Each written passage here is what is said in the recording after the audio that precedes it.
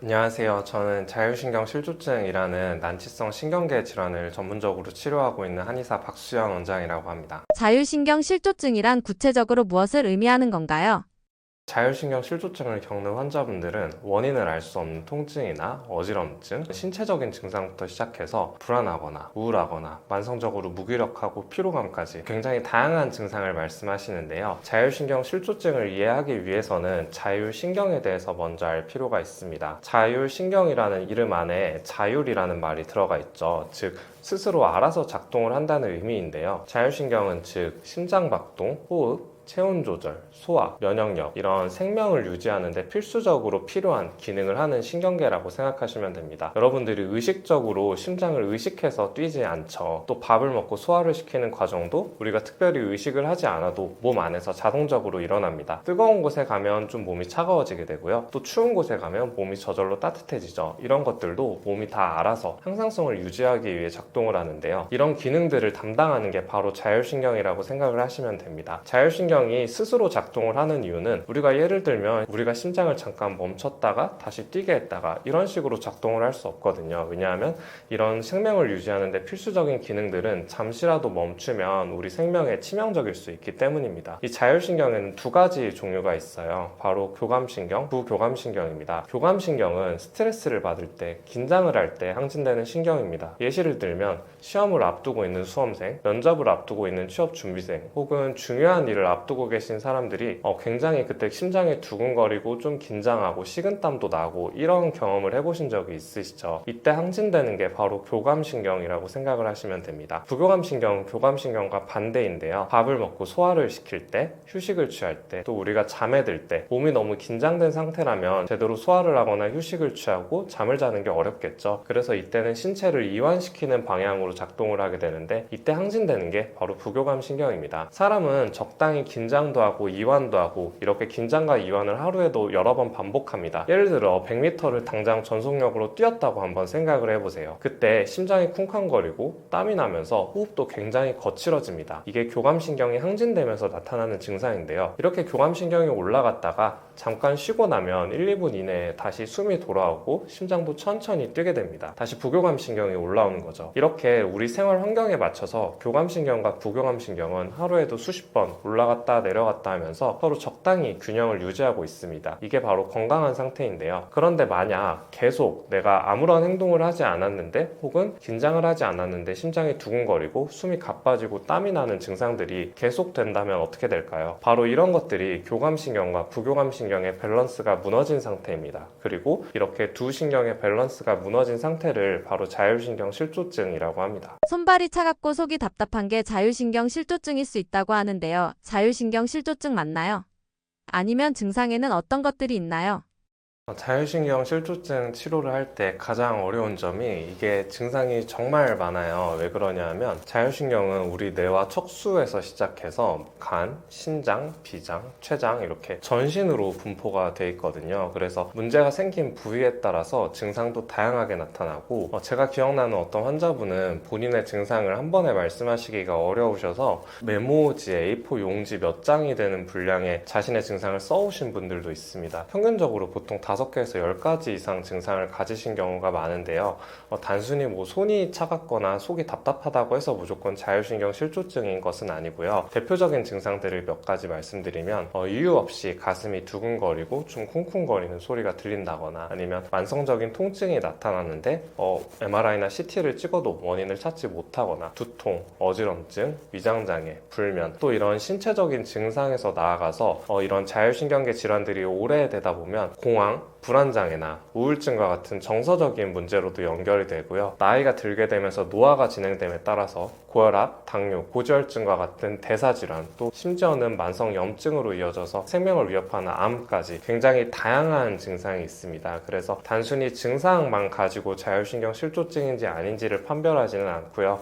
자율신경 실조증을 대표하는 증상들이 굉장히 복잡하게 나타나는데 이런 것들이 전신적이고 복합적으로 나타나면서 또 어떤 정밀 검사를 해도 원인을 찾지 못하고 또 스트레스를 많이 받거나 아니면 외부 자극에 민감해질 때 특히 이런 증상이 심해진다라고 하면 그때 자율신경 실조증을 의심할 수 있습니다. 유독 현대인들이 자율신경 실조증에 많이 걸리는 이유가 무엇인가요? 최근에 특히 젊은 층을 중심으로 해서 자율신경 실조증으로 내원을 하시는 환자분들이 늘고 있어요. 저희가 이제 환자분들 진료를 하고 차팅을 할 때 실제로 상병명에 자율신경계 질환이라는 코드가 있거든요. 그런 코드로 내원하시는 환자분들이 점점 늘고 있다는 게 통계적으로 나오고 있는데요.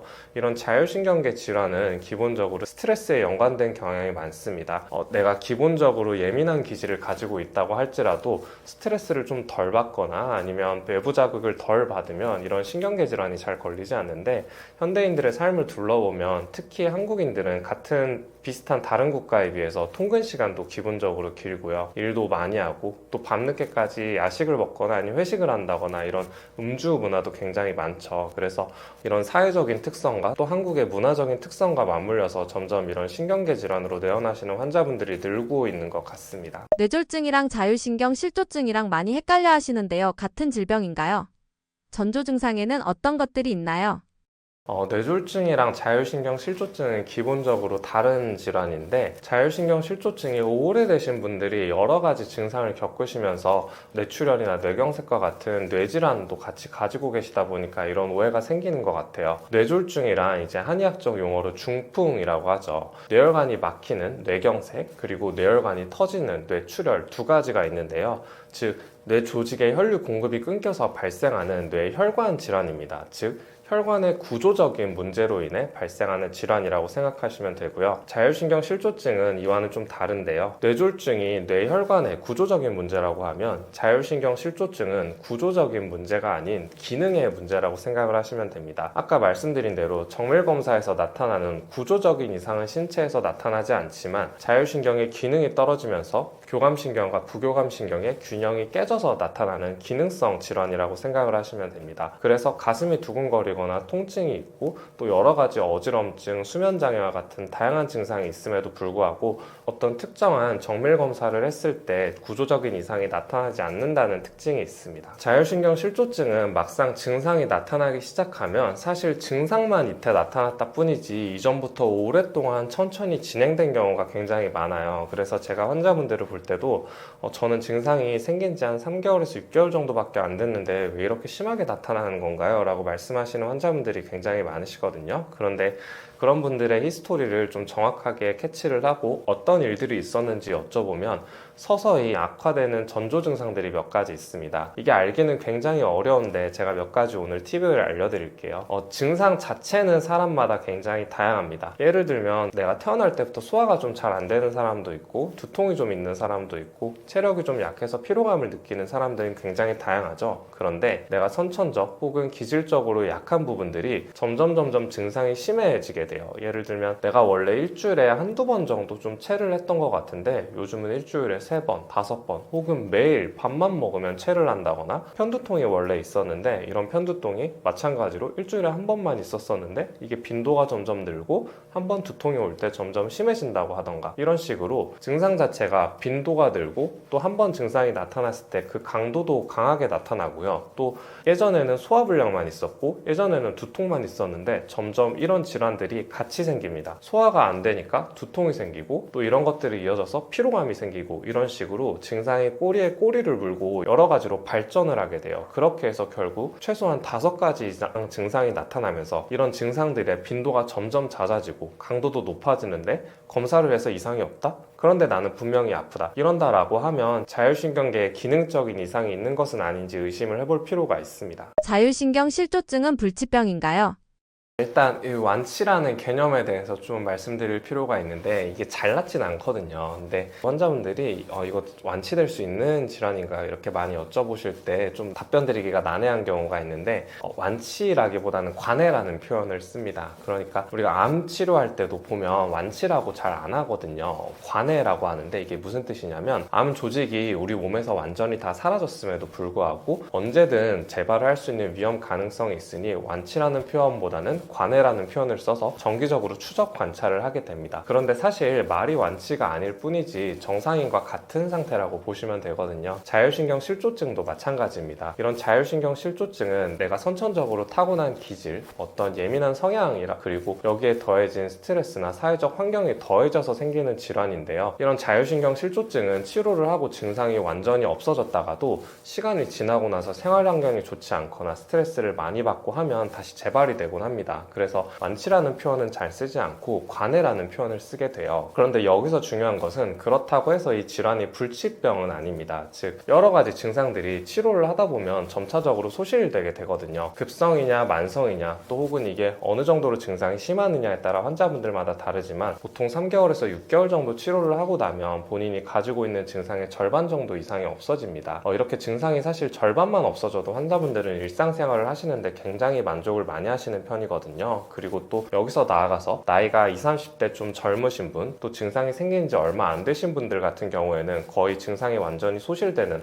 100%까지 호전이 되는 경우도 굉장히 많이 본 것 같고요. 증상이 5년, 10년 이렇게 오래되고 또 연세가 많이 드시고 또 다양한 약물을 복용하시거나 수술을 하신 이력이 있을수록 치료율이 떨어지는 건 맞지만 그렇다고 해서 이게 호전이 안 된다는 뜻은 아니거든요. 그래서 치료와 더불어서 생활 환경을 개선할 수 있는 여러 가지 방법들을 같이 관리하다 보면 증상이 거의 완치와 가까운 상태까지 호전이 되는 것도 가능하고요. 또 그런 환경을 계속 유지하면 병원에 가지 않고도 그런 일상생활을 하는데 지장이 없는 상태를 장기간 유지할 수 있게 됩니다. 현재 의학적으로 뚜렷한 치료법이 어렵다고 알려져 있는데 일상에서 생활 습관을 어떻게 관리하면 자율신경 균형 회복에 도움이 될 수 있을까요?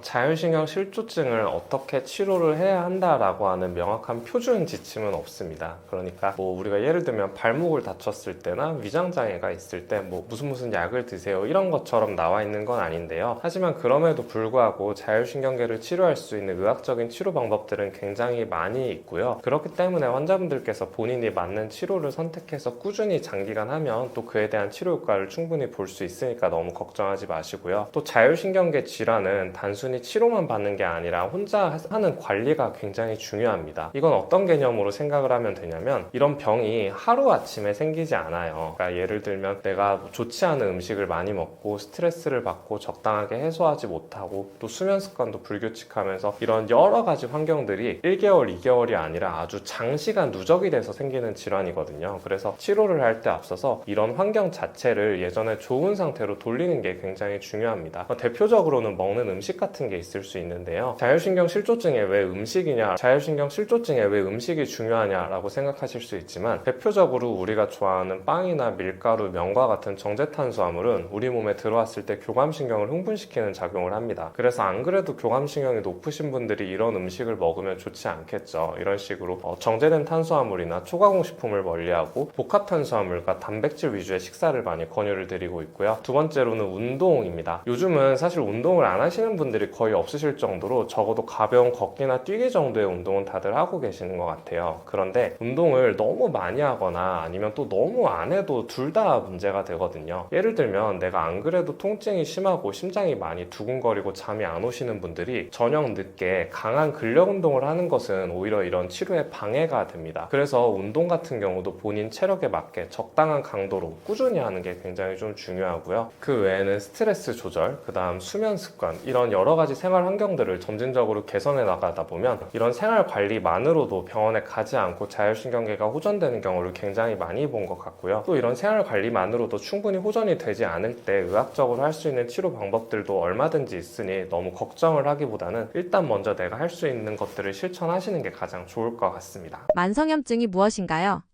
스스로 체크할 수 있는 방법이 있나요?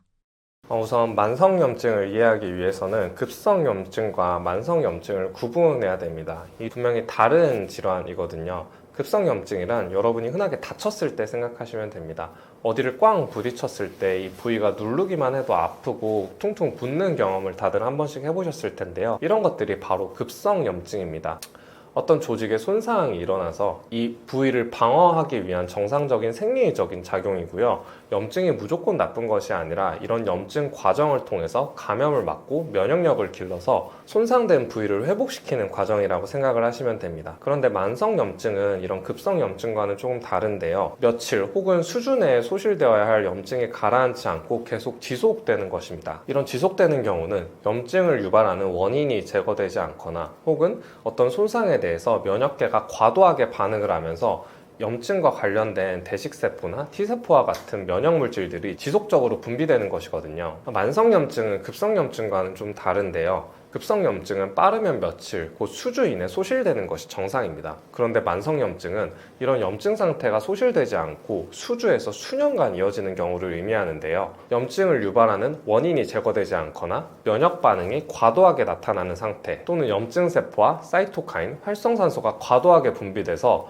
오히려 염증이 이 부위의 조직을 손상시키고 회복을 방해해서 이어지는 상태를 의미합니다. 이런 만성염증이 유발하는 질환들은 굉장히 다양한데요. 내가 만성염증이 있는지 없는지 알기 위해서는 기본적으로 혈액 검사를 했을 때 염증 수치가 높은지를 통해서 확인을 해볼 수도 있고요. 또 이런 혈액 검사상에서 이상이 없다고 하더라도 전신적으로 만성적인 통증이 있거나 혹은 붓기가 있거나, 또 의외로 비만이신 분들이 복부지방이나 내장지방이 높으신 분들은 이 내장지방 자체가 만성염증을 유발하는 특징이 있습니다. 그래서 이런 것들을 통해서 만성염증 상태에 있는지 유추를 해볼 수 있습니다. 만성염증과 만성피로 관리에는 식습관이 큰 영향을 준다고 하는데 실제로 도움이 되는 음식과 반드시 피해야 할 음식에는 어떤 것들이 있나요? 만성염증과 특히 이와 더불어서 피로가 있으신 분들이 반드시 피해야 하는 음식은 알코올과 카페인인데요. 특히 요즘 사람들이 커피를 거의 안 드시는 분들이 없으시죠. 그리고 커피를 그 자체를 즐기시기도 하지만 대부분은 피로감을 잊기 위해서 드시는 경우가 많습니다. 그런데 이렇게 염증이나 피로 같은 것들을 알코올이나 카페인으로 풀게 되면 이게 사실 염증을 줄이거나 피로를 없애는 게 아니거든요. 일단 만성 염증과 만성 피로가 있으신 분들은 반드시 카페인과 알코올을 줄이셔야 됩니다. 그러니까 커피랑 술을 먹으면 안 돼요. 왜 그런가 하냐면, 예를 들면 우리가 피곤할 때 커피를 많이 드셔서 피로를 카페인으로 많이 극복을 하시는데, 이게 피로가 진짜 없어진 게 아니라 카페인이 피로를 유발하는 물질에 대신 붙어서 피로를 잠깐 잊게 만들어주는 거거든요. 그래서 정작 이 피로가 해소되지 못하고 점점 쌓여가는 것입니다. 그래서 커피로 피로감을 이겨내시는 분들의 특징이 점점 커피를 많이 드셔야 피로감을 없앨 수 있게 되거든요. 또 알코올도 마찬가지인데요. 스트레스를 받거나 아니면 만성 염증 상태이신 분들에게 알코올은 굉장히 치명적일 수 있습니다. 왜냐하면 알코올은 우리 몸에 들어와서 분해되는 과정 속에서 교감신경을 항진시키고요. 또 이 자체가 염증을 유발합니다. 그래서 흔히 술을 마시고 다음날 일어났을 때 얼굴에 뾰루지가 나거나 아니면 위장장애가 있으셨던 경험이 다들 한 번씩 있으실 텐데요. 이런 것들이 바로 일종의 염증 반응입니다. 환자분들이 이런 거에 대해서 의외로 잘 모르셔서, 예를 들면 허리 디스크가 있으신 분들이 술은 마셔도 괜찮나요? 이런 질문들을 많이 하시는데, 허리 디스크라는 질환 자체도 일종의 염증성 질환이거든요. 그래서 술을 마셨을 때 허리가 더 아픈다거나 이런 경험이 분명히 있으실 거예요. 그래서 카페인과 알코올을 반드시 피하시는 게 좋고요. 그래서 내가 만성 염증 상태에 있거나 피로가 있으신 분들은 반드시 카페인과 알코올을 피하시는 게 좋습니다. 부신은 호르몬 균형과 면역을 조절하는 중요한 기관이라고 하는데요. 부신 기능이 떨어질 때 만성피로와 어떤 관련이 있으며 일상에서 어떻게 관리할 수 있나요? 부신은 사실 보통 일반인 분들은 잘 모르는 장기예요. 이 신장 위에 위치한 아주 작은 소기관인데, 이게 크기는 작지만 우리 몸에서 면역력을 조절하는 굉장히 중요한 장기거든요. 그래서 부신피로 증후군이라는 질환을 들어보신 분들도 있을 겁니다. 부신은 코르티솔, 아드레날린, 알도스테론과 같은 다양한 호르몬을 분비하는 특징을 가지고 있는데요. 특히 이 중에서 중요한 건 코르티솔이라고 하는 스트레스 호르몬입니다. 스트레스를 받으면 건강에 안 좋다라는 건 모두들 알고 계시죠? 그런데 실제로 스트레스를 받았을 때 우리 몸에는 다양한 반응이 나타납니다. 스트레스를 받으면 먼저 뇌에서 이걸 인식해요. 뇌의 시상하부라는 곳에서 우리 몸이 스트레스를 받고 있구나 라는 걸 인지를 하게 되고, 이 신호를 뇌하수체라는 기관으로 보내게 됩니다. 그리고 이 뇌하수체에서 다시 이 부신으로 이 스트레스 상황임을 인지를 시키는데요. 그러면 부신에서 그때서야 코르티솔이라는 스트레스 호르몬을 분비하게 됩니다. 그런데 이 코르티솔의 특징은 단기간 스트레스를 받았을 때 이름 그대로 이 스트레스에 저항할 수 있는 힘을 키우게 해줍니다. 그런데 이 스트레스가 단기간 끝나는 게 아니라 만성적으로 이어지게 되면 코르티솔의 분비가 이상이 생기게 되거든요. 코르티솔이 너무 많이 분비돼도 좋지 않고요. 너무 적게 분비돼도 문제가 됩니다. 그래서 이런 코르티솔 분비에 이상이 생기게 되면 우리 몸에 스트레스가 들어왔을 때 여기에 제대로 대처를 하지 못하게 돼요. 그러면 몸이 스트레스를 해소하지 못하고 점점점 피곤한 상태로 이어지게 됩니다. 그래서 실제로 만성적인 피로감을 호소하시는 분들이 점점 이 부신 기능이 떨어지게 되면 스트레스가 들어왔을 때 여기에 저항하는 능력이 떨어지게 되고, 그러면 우리 몸은 점점 피곤함을 느끼게 되겠죠. 즉 스트레스에 취약한 상태가 되는 것입니다. 이걸 부신피로 증후군이라고 부르게 되고요. 이 부신피로 증후군은 일반적인 피로와 다르게 굉장히 극심한 피로감을 호소하면서 피로감뿐만 아니라 두통이나 어지럼증이나 이런 굉장히 다양한 증상을 동반하게 됩니다. 이 부신을 관리할 수 있는 방법 중 가장 좋은 게 규칙적인 생활이에요. 무엇인가 하냐면 우리 몸은 코르티솔이 잠깐 높게 분비될 때도 있고 좀 낮게 분비될 때도 있거든요. 그러니까 적당한 리듬을 가지는 게 중요합니다. 그런데 코르티솔이 많이 분비돼야 될 상황에 분비가 되지 않고 또 적게 분비될 상황에 많이 분비가 되면 문제가 되는 거거든요. 이렇게 되는 이유는 내가 규칙적인 생활 습관을 가져가지 않고, 예를 들면 밤늦게까지 일을 하고 또 아침엔 잔다던가, 혹은 식사 시간이 규칙적이지 못하고 계속 뒤죽박죽 섞여서 먹거나 아니면 밤 늦게 먹거나 이런 식으로 생활을 했을 때 이런 코르티솔 분비에 이상이 생기거든요. 그래서 기본적으로 아침 세끼 먹는 식사 시간, 또 규칙적인 수면 시간, 이런 생활 환경을 규칙적인 리듬을 가져가는 게 부신 기능을 회복하는 데 굉장히 도움이 많이 됩니다. 일반 피로와 만성 피로는 어떻게 구별할 수 있나요?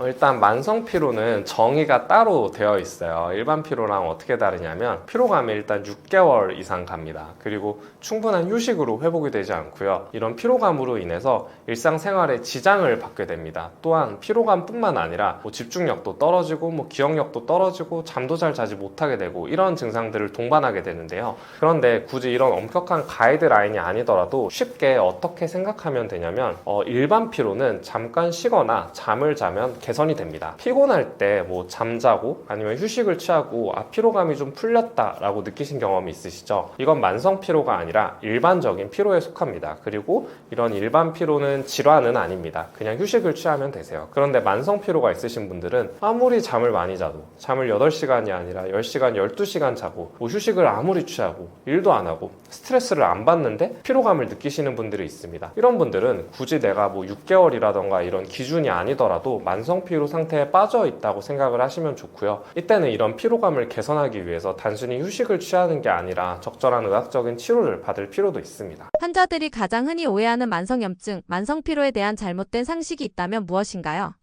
첫 번째는 저희 환자분들 중에 특히 많으신데, 이제 염증을 치료하는 약이 소염제잖아요. 그러니까 진통제에 많이 포함이 돼 있거든요. 그리고 실제로 이런 소염제는 복용을 했을 때 염증을 없애는 작용을 하는 게 맞습니다. 그런데 이런 소염제를 먹어야 될 상황은 어떤 상황이냐면 급성 염증이에요. 갑자기 어떤 사건으로 인해서 나한테 급성 염증이 생겼을 때 이 부위를 단기간 치료하기 위해서 소염제를 먹는 건 괜찮거든요. 그런데 환자분들 중 만성 염증이 있으셔서 예를 들면 통증이 아주 심하신 분들이 소염제를 달고 사시는 분들이 있습니다. 이분들은 소염제를 1주, 2주 이렇게 단기간 복용하시는 게 아니라 거의 몇 년 동안 복용하시는 분들도 있으세요. 그런데 환자분들이 잘 모르시는데 이렇게 소염제를 아주 오래 먹게 되면 간독성을 유발할 수도 있고요. 신독성을 유발할 수도 있고 위장장애를 유발할 수도 있거든요. 굉장히 치명적인 부작용이 많습니다. 또 제일 중요한 건 소염제를 먹는다고 해서 만성염증이 해결되지 않는다는 것입니다. 만성염증이 생겼다는 뜻은 이미 염증을 유발하는 원인이 계속 존재하거나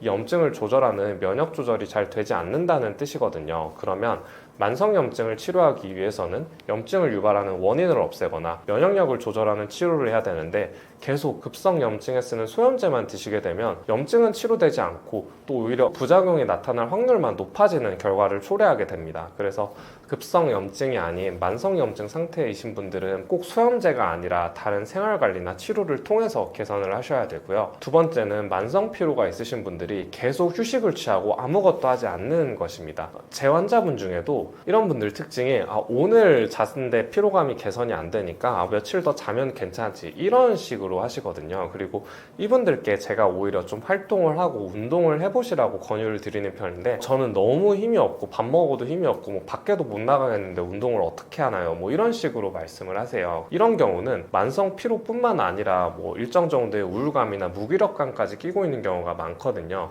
이런 경우는 오히려 가만히 있는 것보다 움직이면 덜 피곤한 경우도 있습니다.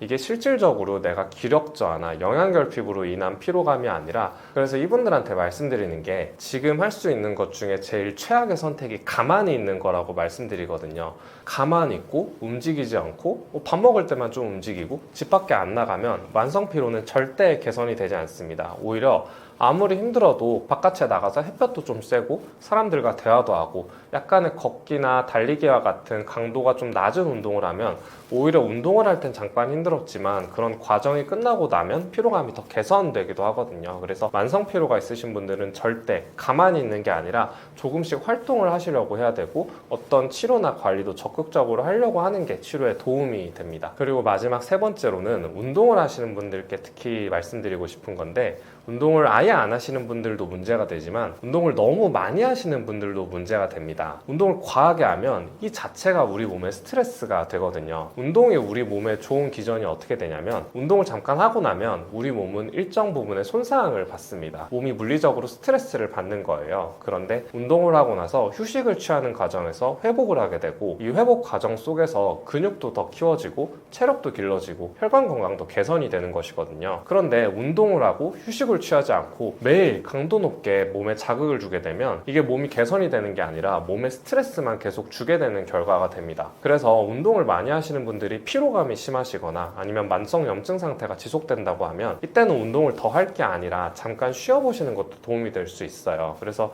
실제로 제 환자분 중에 20대 환자분이셨고 만성 피로가 있다고 해서 오셨는데 이분한테 이런저런 얘기를 하다 보니까 이분이 거의 일주일에 7번씩 계속 근력 운동을 2시간씩 하고 계셨던 분이었던 거예요. 그래서 이분은 지금 뭐 다른 치료를 해야 되는 게 아니라 운동을 딱 절반량으로만 줄여보라고 제가 말씀드린 적이 있거든요. 정말 피로감이 그러고 나서 많이 개선이 된 케이스가 있습니다. 근데 이게 상식적으로 당연한 일 같지만 정작 본인은 잘 모르는 경우가 많고 나는 운동을 계속 하는데 왜 이렇게 피곤하지? 이렇게 생각하시는 분들이 계시거든요. 그래서 혹시 내가 운동을 매일 하고 단 하루도 쉬지 않는 분들이 계시다면 반드시 하루 운동을 했으면 하루는 휴식을 취해보시길 권유드립니다. 최근 주목받는 영양제나 기능성 식품 중에서 만성염증이나 만성피로 개선에 실제로 도움이 되는 것이 있나요? 저는 비타민C를 가장 많이 추천드리는데요. 비타민C가 너무 흔해 빠진 영양제 같지만 이걸 추천드리는 이유는 현존하는 영양제 중에서 가장 가성비가 좋은 영양제이기 때문입니다. 비타민C는 사실 그렇게 가격이 비싸지 않아요. 뭐 아무리 많이 구매를 해도 실질적으로 부담이 되는 정도는 아니라고 생각하거든요. 그에 비해서 비타민C가 가지고 있는 효과는 정말 무궁무진합니다. 기본적으로 비타민C는 항염증 작용을 하고 있어요. 그래서 만성염증 상태에 있으실 때 반드시 드셔야 하는 영양제가 바로 비타민C고요. 항염증 효과뿐만 아니라 항산화 효과, 또 세포의 노화를 방지시킴으로써 피로감을 개선하는 효과가 있습니다. 만성 피로나 만성 염증이 둘 다 있다고 하면 비타민C는 반드시 필수적으로 드셔야 되는데 이때 주의해야 될 점이 있습니다. 비타민C의 하루 권장 섭취량은 200mg 정도 돼요. 그런데 실질적으로 이 영양제를 드시는 분들 중에 200mg만 드시는 분은 거의 없으신 것 같고 보통 적으면 1000mg, 많으면 요즘은 한 알에 3000mg짜리도 나오고 이걸 이제 여러 개를 드시면서 하루에 1000mg, 뭐 20000mg 뭐 이런 식으로 드시기도 합니다. 그런데 이런 비타민C를 무조건 많이 먹는 게 좋은 것은 아니고요. 적정 용량을 설정하는 방법은 비타민C를 많이 드셨을 때 설사를 하시는 분들이 있으세요. 그래서 용량을 처음부터 많이 드시는 게 아니라 처음부터 1000, 2000, 3000 이렇게 조금씩 늘려가면서 설사를 하는 구간을 찾으시고요. 예를 들면 내가 1000mg를 먹었을 때 설사를 했다. 그러면 그 용량에서 20%에서 30% 줄인 용량을 드시면 됩니다. 그러니까 1000ml에서 설사를 했다고 하면 한 7000에서 8000 정도 드시면 좋겠죠. 이런 식으로 드시는 게 좋고요. 또 안타깝게도 모든 사람이 비타민C를 먹을 수 있는 것은 아닙니다. 평상시 위장장애가 심하시거나 결석이 있으시거나 신장 기능이 약하신 분들은 비타민C를 많이 드시면 안 돼요. 왜냐하면 기본적으로 비타민C를 많이 복용했을 때는 공복에 속쓰림을 유발할 수 있고요. 또 비타민C를 많이 먹고 나서 여분의 비타민C가 오히려 결석을 유발할 수도 있고, 또 이런 남은 비타민C가 신장을 통해서 소변으로 배출이 되어야 하는데 신장이 약하신 분들은 이렇게 배출시키는 기능이 떨어지게 됩니다. 그래서 이 세 가지에 해당되시는 분들은 비타민C를 고용량으로 드시는 건 반드시 피하시는 게 좋습니다.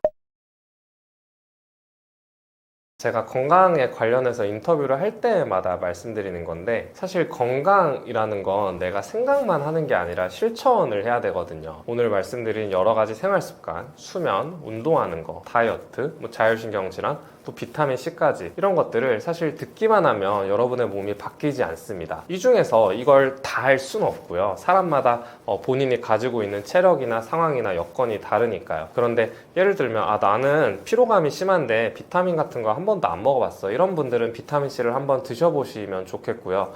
또 나는 평상시에 물만 먹어도 살이 찌는 체질이야. 그래서 다이어트를 해도 소용이 없어 라고 생각하셨던 분들도 오늘 영상을 보시고 체질을 바꿀 수 있는 여러 가지 식단이나 운동에 대해서 조금씩이라도 실천을 해보시면 좋습니다. 이게 한 번에 잘할 수는 없어요. 이건 누구나 마찬가지거든요. 운동을 처음 하시는 분들이 운동을 시작하지 못하게 되는 경우가 제가 보니까, 운동을 한다고 하면 막 거창하게 막 장비를 많이 사고 또 준비를 많이 하고 어찌 배워서 해야 되고 이렇게 완벽하게 잘 안 되는 거거든요. 그런데 운동이 별게 아니라 어떤 연구에서도 나가서 뛰거나 수영하거나 이런 게 어려우면 집에서 집안일이라도 좀 해라, 이런 연구도 있었어요. 집에서 가만히 있으면 운동이 안 되고 집에서 청소라도 좀 하고 빨래도 하고 이렇게 움직이면 그것도 운동이 좀 되고, 이렇게 움직이는 사람이 아예 안 움직이는 사람보다는 건강하다라는 연구였거든요. 이런 식으로 조금씩 실천을 하면 사람 몸이 바뀌어가게 됩니다. 그리고 인체는 항상성이라는 게 있어서 하루아침에 바뀌는 게 아니라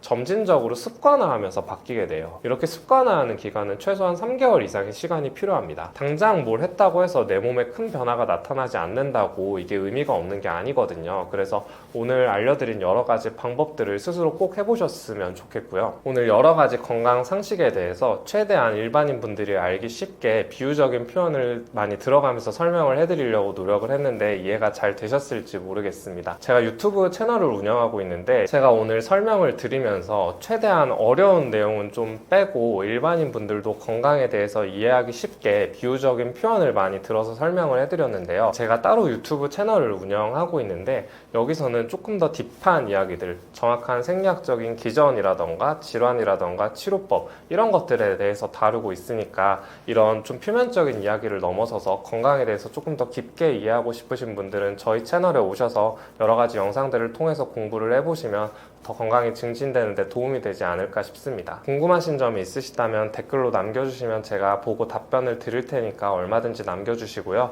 고정 댓글에 제 채널을 남겨둘 테니 건강에 대한 더 깊은 공부가 필요하신 분들은 제 채널에 오셔서 영상을 보셔도 좋을 것 같습니다. 오늘 영상을 시청해주셔서 대단히 감사합니다.